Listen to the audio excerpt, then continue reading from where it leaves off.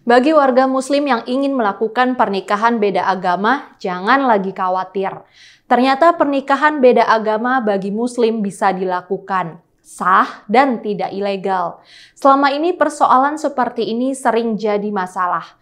Ada anggapan bahwa pernikahan beda agama ilegal, sampai-sampai banyak yang merasa harus menikah ke luar negeri hanya untuk mendapatkan dokumen resmi pernikahan. Ternyata cara pandang ini yang keliru.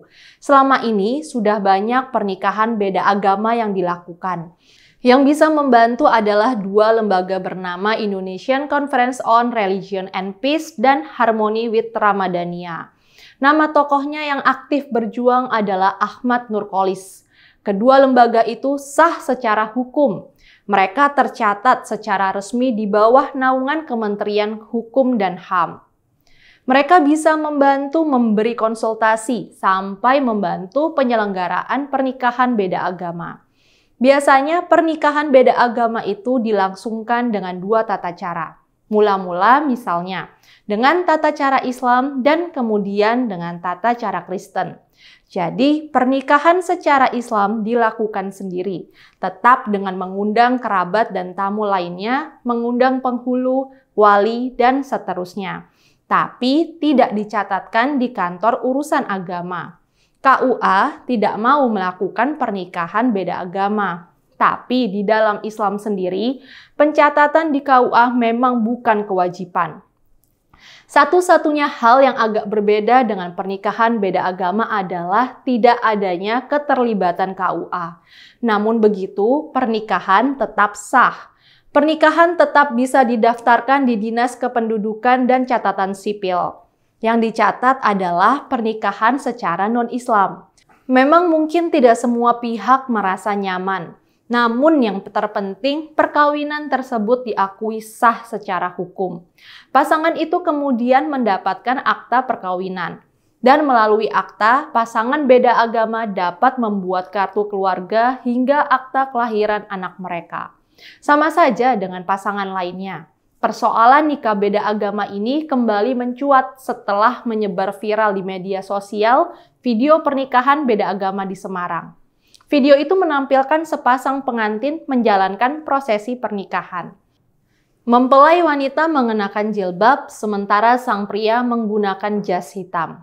Tepat di tengah mereka ada seorang pastor yang menjadi konselor sekaligus pernikahan itu adalah Nurcholish. Menurutnya, ini adalah pasangan beda agama ke-1424 yang ia bantu nikahkan. Pasangan itu melakukan akad nikah dan pemberkatan di dua tempat. Akad dilakukan di sebuah hotel kota Semarang dan dilanjutkan pemberkatan di Gereja San Ignatius Krapyak. Video itu dengan segera mendapat banyak tanggapan, antara lain dari Sekjen MUI Amir Syah Tambunan.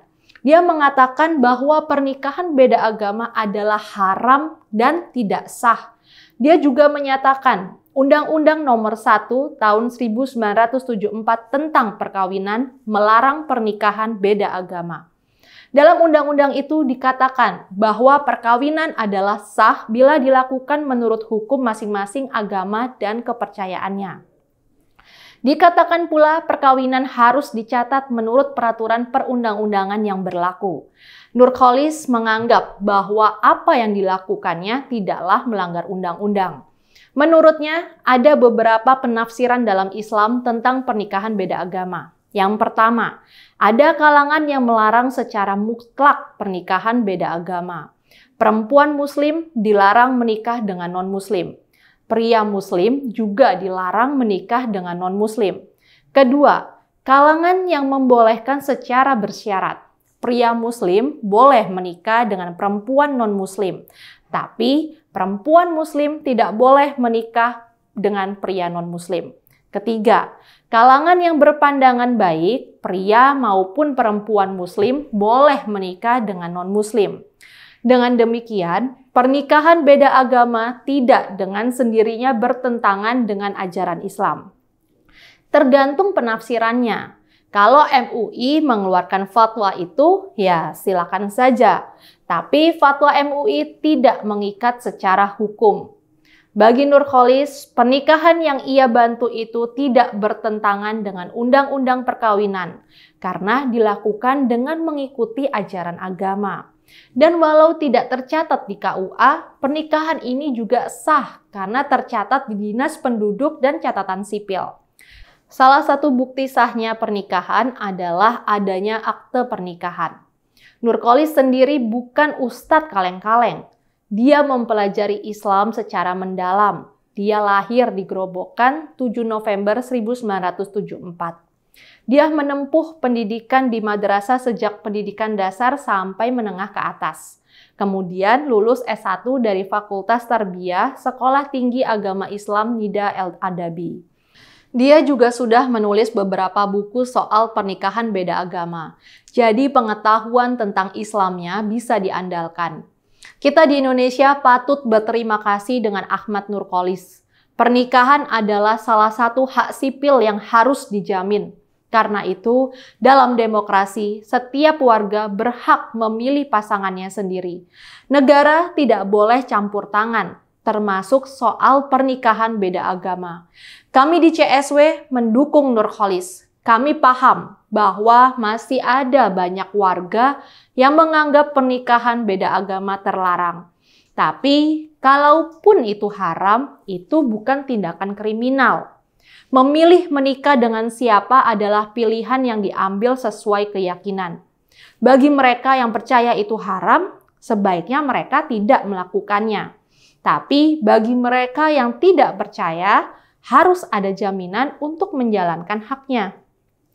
Kalaulah itu dianggap berdosa, biarlah warga dewasa tersebut yang menanggung dosanya.